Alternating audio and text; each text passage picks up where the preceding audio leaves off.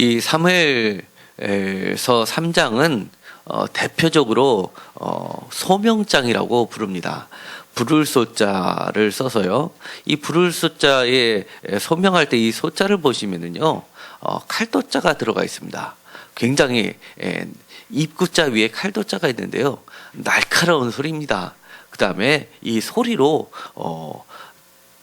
배는 듯이 우리를 쪼개면서 하나님께서는 캐나디듯이 이렇게 부르시는 겁니다. 단순히 나지막하게 들릴 듯 말 듯 하는 것이 아니라 아주 날카롭게 채듯이 그렇게 부르는 것입니다. 우리가 하나님의 음성을 듣기를 누구나 다 바라고 있습니다. 저도 청년 때, 어렸을 때 어떻게 하면 하나님의 음성을 들을까, 늘 그것이 기도 제목이었습니다. 하나님의 음성을 정말 한 번만이라도 들어봤으면 했는데 늘 기도하고 또 수련회 때마다 가서 맨날 하나님의 음성을 듣게 해달라고 그렇게 했는데, 사실은 육성으로 들은 적은 한참이 지난 후에서 듣게 됐습니다.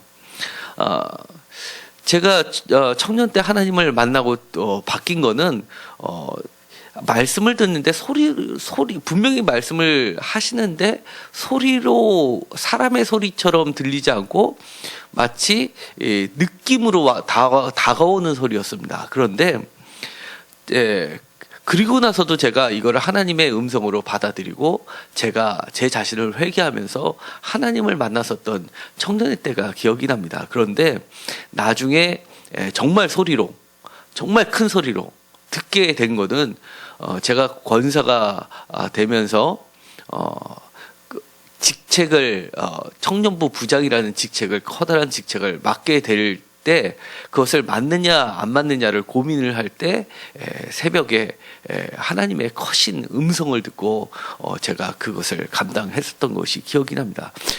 음성으로 들었던 건 사실 그때가 처음이었습니다. 그러면서 제가 전에는 하나님의 음성이라는 건 과거에 제가 경험했던 것처럼 느낌으로 아니면 책을 보듯이 그렇게 말씀으로 확 오는 거였는데, 정말 이게 사람이 말하는 것처럼 음성으로도 이렇게 들리는구나라는 것을 알고, 성경에서 이렇게 사무엘을 부르시고 대화하듯이 서로 대화하는 게 정말 그렇구나라는 것을 다시 한번 깨달았던 것 같습니다. 성경에서는 이렇게 소명장이라고 하는 부르시는 이야기들이 대표적인 것들이 나오게 됩니다. 특히 선지자를 부르실 때, 예언자를 부르실 때 하나님께서는 직접적으로 나타나셔서 또는 목소리로 부르시는 모습들이 나타나게 됩니다. 대표적으로 아모스 1장에 이렇게 되어 있습니다. 그것도 목자 출신들, 목동들 중에 한 명을 부르시는데, 그때 하나님께서는 아모스를 부르실 때도 아모스를 부르십니다.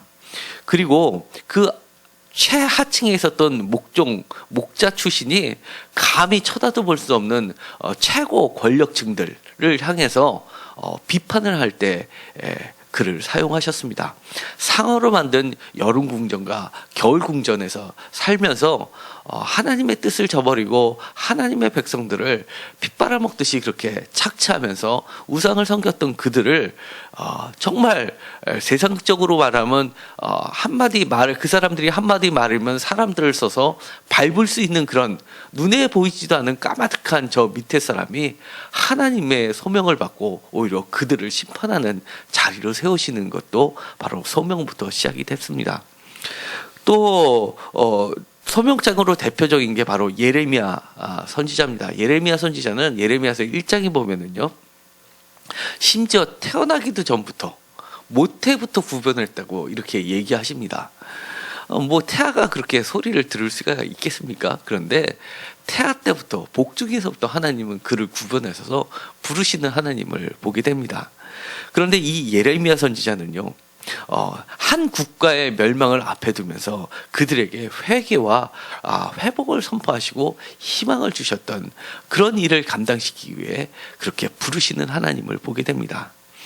그 다음에 또한 선지자가 있습니다. 에스겔서 대선지자입니다. 그리고 지금도 성경에서 아주 난해하기로 유명하고 해석하기도 어렵고 구약 전공자들 학자들 중에서도 극히 드문 전공자들만 있다는 에스겔 선지자. 그 에스겔 선지자를 부를 때도 그 사람은 심지어 이미 포로로 끌려가 있는 이방 땅에서 그 다음에 압제자의 그 땅에서 하나님은 부르십니다. 지금까지는 이스라엘 하나님의 백성들을 하나님의 나라에서 부르셨다면 이제는 나라가 없어졌음에도 불구하고 이방 땅에서 그를 부르셔서 놀라운 일들을 펼치시는 하나님을 보게 됩니다. 그 다음에 우리가 아주 잘 알고 있는 이사야 선지자입니다. 이사야 선지자는요, 정말 성경을 대표하는 것 같습니다. 총 66장으로 되어 있는데 성경 66권을 대표하는 것 같고요. 그 다음에 이사야 선지자가 아니면 예수 그리스도를 우리가 감히 상상조차도 할 수 없는 그런 위대한 선지자인데, 이사야서 6장을 보면 대표적으로 하나님께서 직접 나타나셔가지고 그러면서 그를 부르시는 장면이 나옵니다. 이사야서 6장을 다 같이 한번 찾아보도록 하시겠습니다. 이사야서 6장이 대표적인 그 선지자의 소명장인데요. 6장 1절에 보면 이렇게 되어 있습니다. 우시야 왕이 죽던 해에 내가 본즉 주께서 높이 들린 보좌에 앉으셨는데, 주님이 보좌에 앉으신 것을 보게 됩니다. 그리고 3절에 보면 모습이 나오고요. 그 다음에 거룩하다 거룩하다 거룩하다라고 하면서 찬양 부르는 게 나오게 됩니다. 그리고 만군의 여호와라고 지칭을 하게 됩니다. 그러자 이사야가 선지자는 반응을 하게 됩니다. 5절에 보면 나는 망하게 되었다. 나는 입술이 부정한 자다. 나는 만군의 여호와이신 왕을 배웠다라고, 눈으로 목격하였다라고 이야기를 합니다. 그러자 스랍 중에 하나가 제단에서 집은 핀손을 가지고 입술에 대줍니다. 그리고 나서는 이렇게 이야기합니다. 내 입에 닿았으니 내 악이 제하여졌고 내 죄가 사하여졌느니라 라고 이야기합니다. 8절을 다 같이 읽도록 하겠습니다. 내가 또 주의 목소리를 들으니 주께서 이르시되 내가 누구를 보내며 누가 우리를 위하여 갈고 하시니 그때 내가 이르되 내가 여기 있나이다 나를 보내소서 하였더니. 이것이 바로 대표적인 선지자를 부르는 소명의 대표적인 소명 텍스트입니다. 누가 우리를 위해서 갈고라고 하니까 답변이 내가 여기 있나이다 나를 보내소서라고 이야기를 하게 됩니다. 그런데 이 9절에 보면은 이렇게 이야기하십니다. 여호와께서 이 백성에게 이르기를 너희는 듣기는 들어도 깨닫지 못할 것이요 보기는 보아도 알지 못하리라. 마음이 둔해졌다. 눈이 감기게 되었다. 눈으로 보고 귀로 듣고 마음으로 깨닫고 다시 돌아와 고침을 받을까 염려하시는 하나님을 보게 됩니다.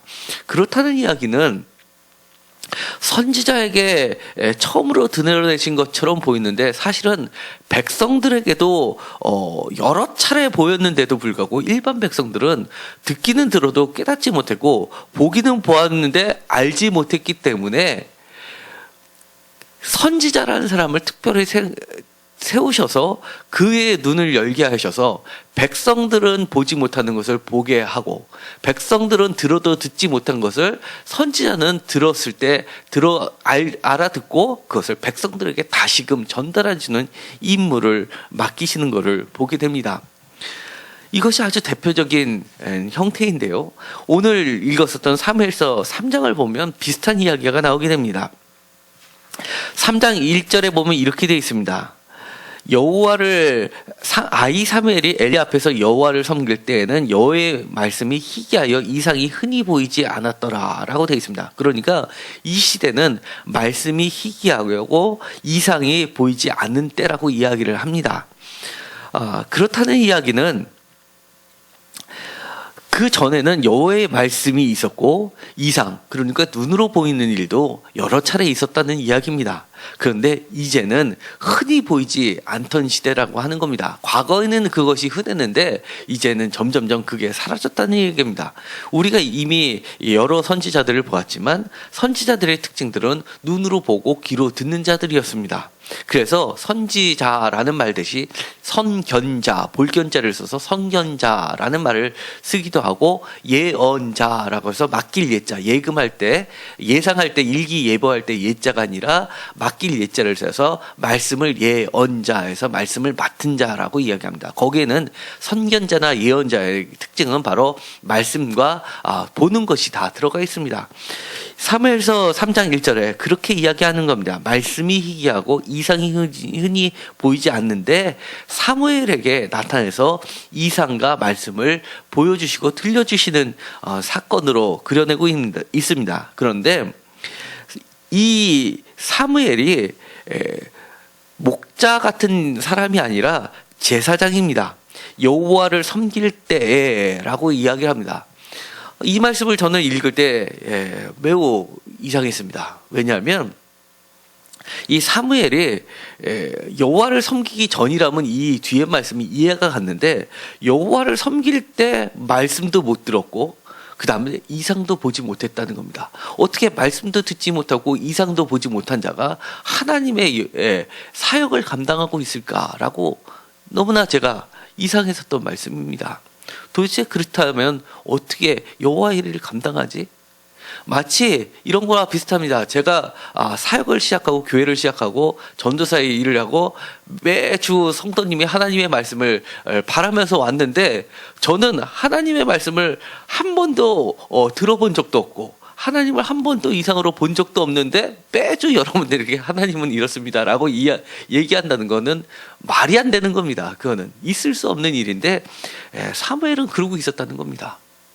그러니까 이때는 얼마나 하나님하고의 거리가 있었다는 것을 전제하고 있다는 겁니다.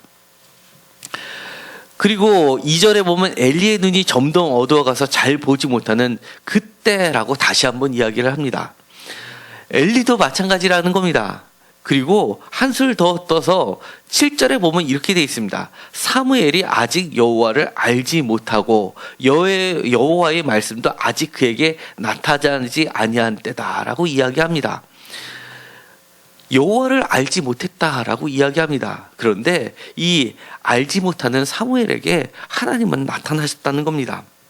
그러면서 알지도 못하고 깨닫지도 못하는 그 아이 같은 사무엘에게 하나님은 꾸준히 참으시면서 지속적으로 나타나시고 계시는 겁니다. 그것도 여러 차례 나타나십니다. 한 번 부르십니다. 못 알아듣습니다. 그리고 그는 엘리에게 갑니다. 저를 찾으셨습니까? 사무엘아라고 부르시는 하나님의 음성을 구분도 못하고 엘리가 부르는 소리로 생각했던 겁니다. 우리가 가끔은 이런 경우가 있습니다. 하나님께서 여러분을 부르시는데 그것을 하나님의 소리로 듣지 못하고 사람에게 찾아가는 경우들이 있습니다. 직장을 상사를 찾아가기도 하고요. 사장을 찾아가기도 하고 선생님이라면 교장 선생님을 찾아가기도 하고 교육감을 찾아가기도 하고 이런 일이 벌어질 수 있다는 겁니다. 반대로 어떤 사람은요. 사람이 이야기하는데 그것을 하나님의 음성으로 듣습니다. 예를 들어서 제가 말씀을 전하는데요. 저 이강민 전도사가 이야기하는구나. 뭐 여러 견해 중에 하나겠지라고 듣는 사람도 있을 테고요. 하나님의 말씀이구나. 하나님이 오늘 나에게 이렇게 이야기를 해주시는구나 라고 듣는 사람도 있다는 겁니다. 그런데 하나님께서는 꾸준히 부르시고 계셨다는 겁니다. 어쩌면 이럴 수도 있다는 겁니다. 엘리가 잠꼬대로 사무엘아 라고 불렀는데 하나님은 그 잠꼬대를 통해서도 사무엘을 부르고 계셨을 수도 있다는 겁니다. 그거는 말도 안 되는 해석이지만요. 그렇지만 하나님께서는 직접적으로 사무엘을 부르시고 계셨던 겁니다. 얼마나 영적으로 둔감했다면 정말 사람의 소리와 구분되지 않을 정도로 똑같은 하나님이 똑같은 사람의 목소리로 부르시고 계셨다는 겁니다. 8절에 보면 세 번째 부르십니다. 그러자 그가 엘리에게로 또다시 찾아갑니다. 그러자 엘리가 이렇게 이야기합니다. 아, 여호와의 말씀인 것 같구나. 엘리는 알아들었습니다. 그리고는 다시 한번 부르시면 여호와여 말씀하옵소서, 주의 종이 듣겠나이다 라고 대답하라고 이야기를 해주십니다. 우리가 2장을 봤던 사람이라면 엘리가 어떤 사람이라는 것을 알 수 있습니다. 2장에 보면요, 엘리는요 정말 이 사람이 하나님의 종 맞아라고 할 정도로 정말 어두운 사람이었습니다. 영적으로 둔감해지는 사람이었습니다. 그리고 12장 12절에 보면 엘리의 아들들은 행실이 나빠 여호와를 알지 못하였더라라고 하는데, 자기 자식조차도 제대로 간수하지 못하는 제사장이었습니다. 그런데도 불구하고 이 사람은 하나님의 음성을 알아듣는 자였습니다. 그리고 1장에 보면 더더욱이 엘리의 모습이 자세하게 나와 있는데요. 한나가 여호와 앞에서 괴로워가지고 기도를 하는 장면이 나옵니다. 1장 10절에 보면 이렇게 되어 있습니다. 한나는 일어나서 여호와를 찾으러 가는데 엘리는 의자에만 앉아있는 사람입니다. 괴로워서 여호와께 기도하는 사람을 11절에 보면 술 취해서 중얼거리는 자로 생각합니다. 그리고 나서 14절에 이렇게 되어 있습니다. 포도들을 끄더라 라고 하면서 악한 여자 취급을 합니다. 그러자 15절에 보면 한나는 나는 악한 여자가 아닙니다 라고 합니다. 이것은 한나가 악한 여자로 비춰진 엘리의 모습은 실제로는 악한 아들을 선한 것처럼 봤던 엘리의 아둔함을 지적하고 있는 겁니다. 그런 자임에도 불구하고 영적으로 둔감해져 있는 엘리라 하더라도 하나님의 음성을 들을 줄 아는 자였습니다. 그러자 이렇게 사무엘을 다시금 부르십니다. 그것도 거듭거듭 부르십니다. 3장에 보면 이렇게 되어 있습니다. 10절입니다. 전과 같이 그것도 사무엘아 부르시는 게 아니라 사무엘아 거듭 부르십니다. 그러자 이제는 사무엘이 응답합니다. 말씀하옵소서, 주의 종이 듣겠나이다 라고 이야기합니다.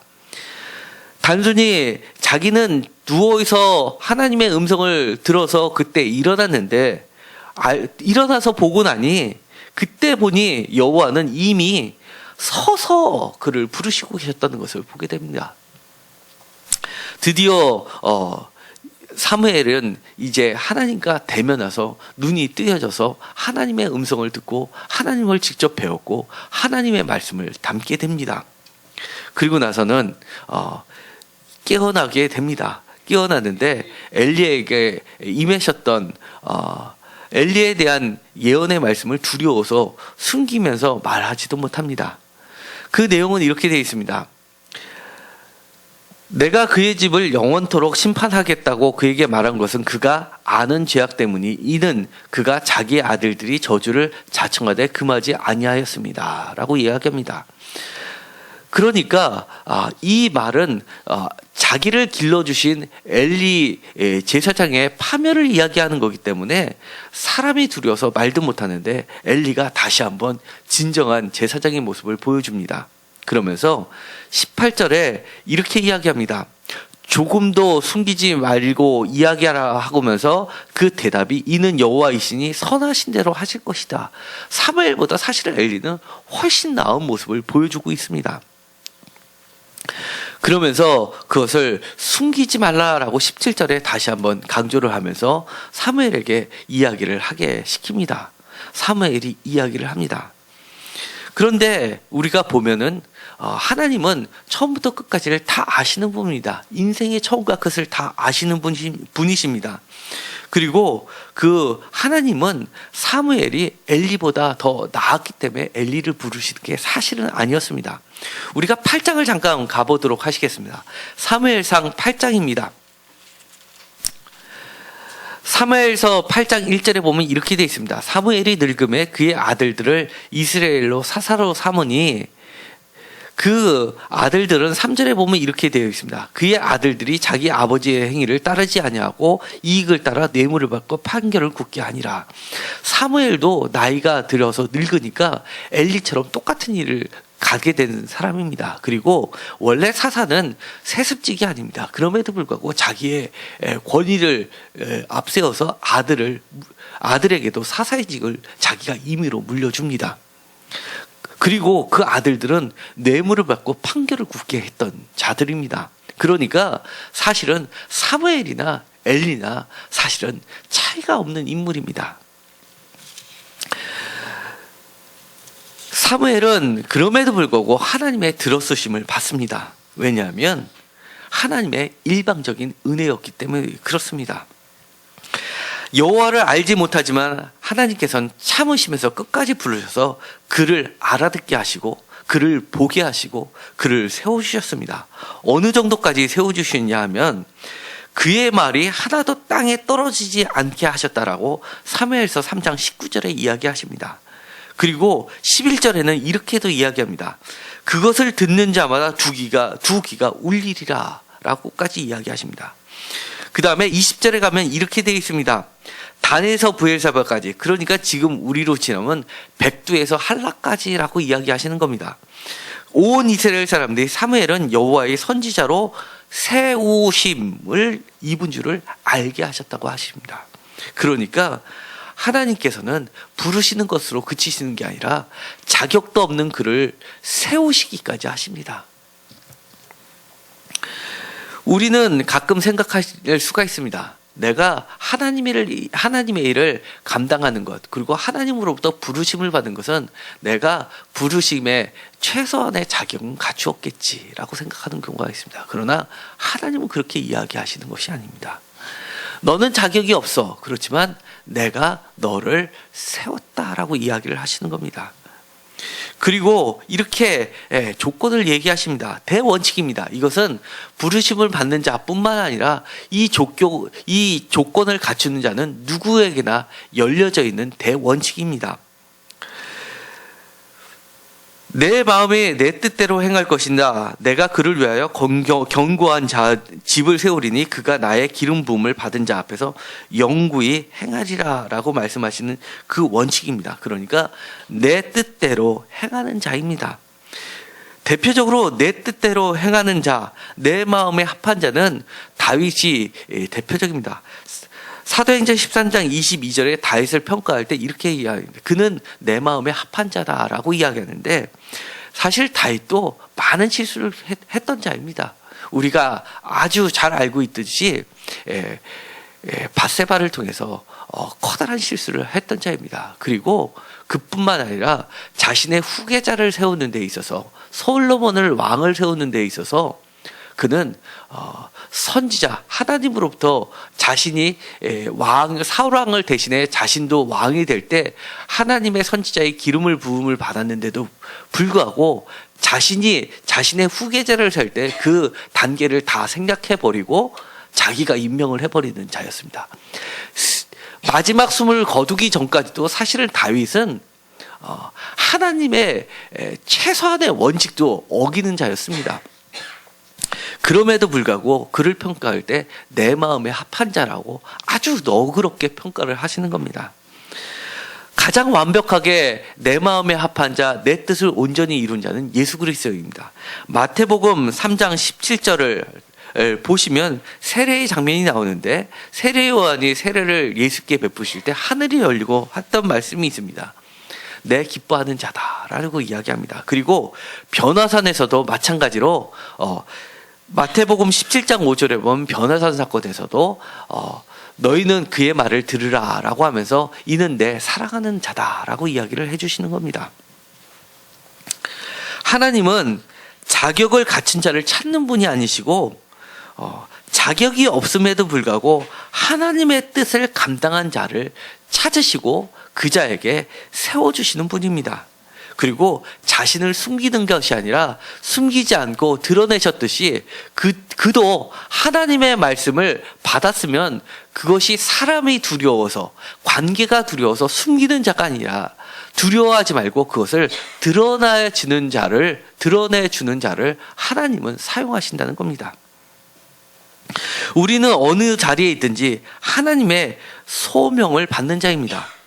마치 목동 중에 가장 낮은 자를 부르셔서 가장 높은 자, 왕과 권력층을 향해서 심판을 예고하듯이 그렇게 우리를 아주 낮은 자임에도 불구하고 우리를 들어쓰셔서 세상의 가장 높은 자를 경고하게 만드시는 자입니다. 그것을 우리는 바로 부르심을 입은 자라고 합니다. 소명, 그러니까 출발이 하나님으로부터 출발되었다면 우리는 그것을 은혜라고 깨닫고 응답하는 자입니다. 그것을 우리는 사명자라고 부르는 겁니다.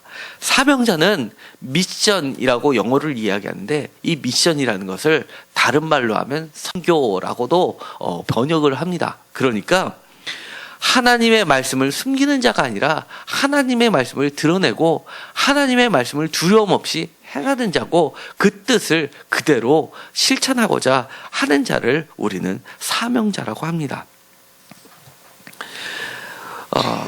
우리가 가끔은 사명이라는 것을 너무 어렵게 생각합니다. 예를 들어서 어떤 목사님이 이렇게 이야기하시는 걸 들었는데 제가 큰 은혜를 받았습니다. 여러분 눈에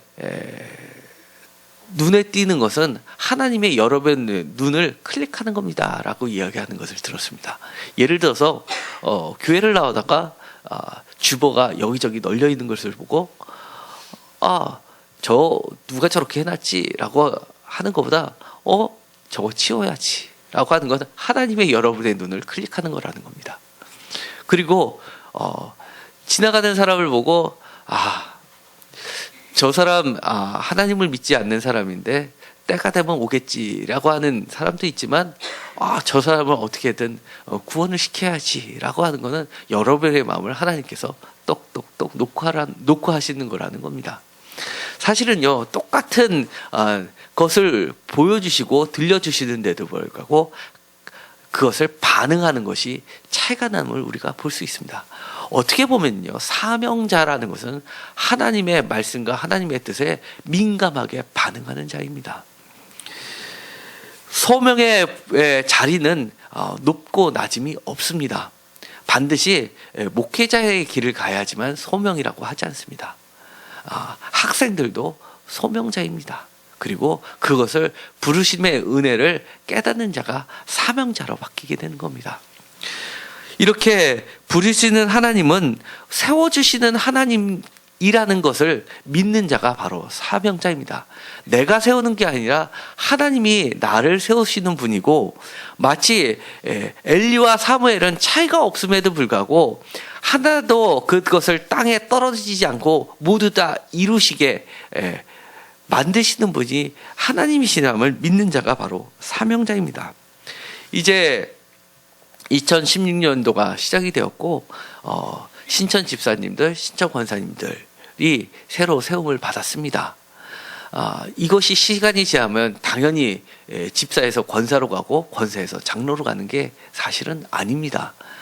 하나님께서는 여러분을 세워주시기 위해서 부르셨다는 것을 기억해 주시고, 이것이 정말 은혜라고 생각하시고 잘 감당하시는 여러분들이 되기를 간절히 바랍니다. 우리가 어저께 임원 교육을 했습니다.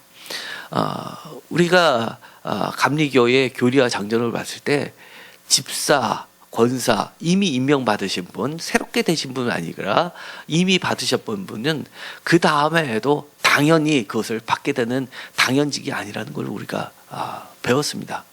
사실은 매년 돌아올 때 다시금 심사를 해서 올해도 내가 집사의 역할, 그 다음에 권사의 직분을 잘 감당한다고 결단하는 자들만 다시금 세워야 되는 겁니다.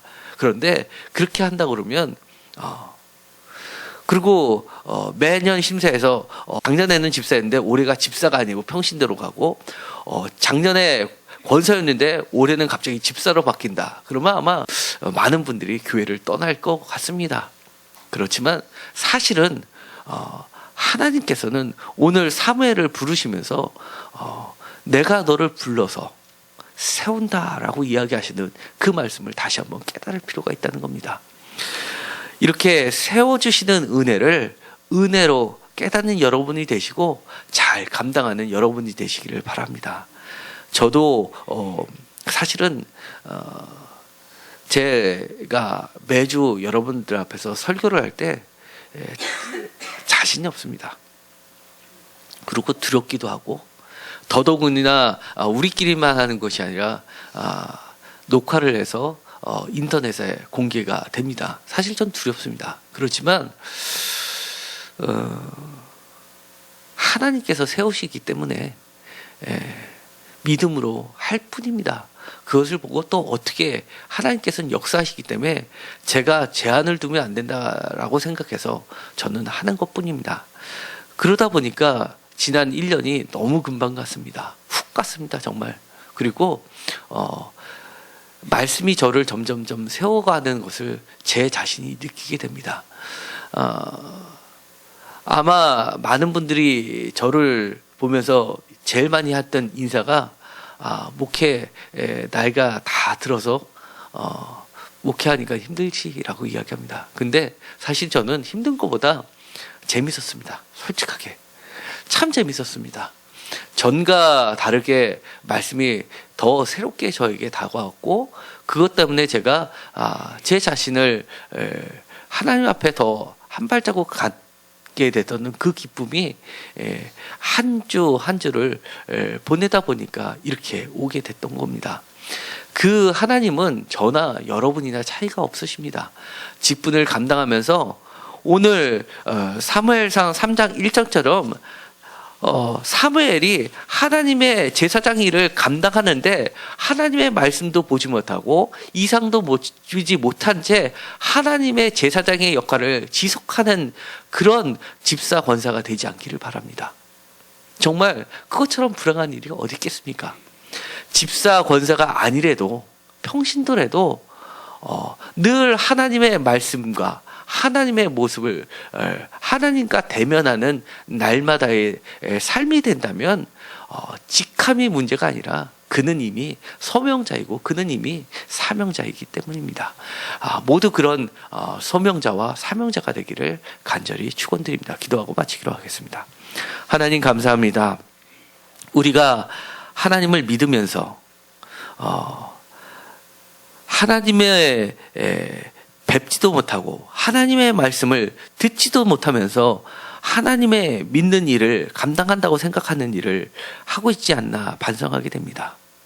주님, 저희를 이 자리로 불러주신 하나님께서는 우리가 자격이, 우리가 능력이, 우리가 얼마나 옳은지를 보시는 것이 아니라 하나님을 있는 그대로 드러내시는 그분을 두려움 없이 전하는 자로 세우시기 위하여 우리를 불러신 그 은혜를 깨닫게 하십니다. 우리가 주님 앞에 소명의 그 은혜를 깨닫고 사명자로서 감당할 수 있게 하여 주옵소서. 세우시는 하나님의 그 은혜를 맛보고 기쁨의 시간들이 모두 되게 하여 주옵소서. 예수님의 이름으로 기도드렸습니다. 아멘.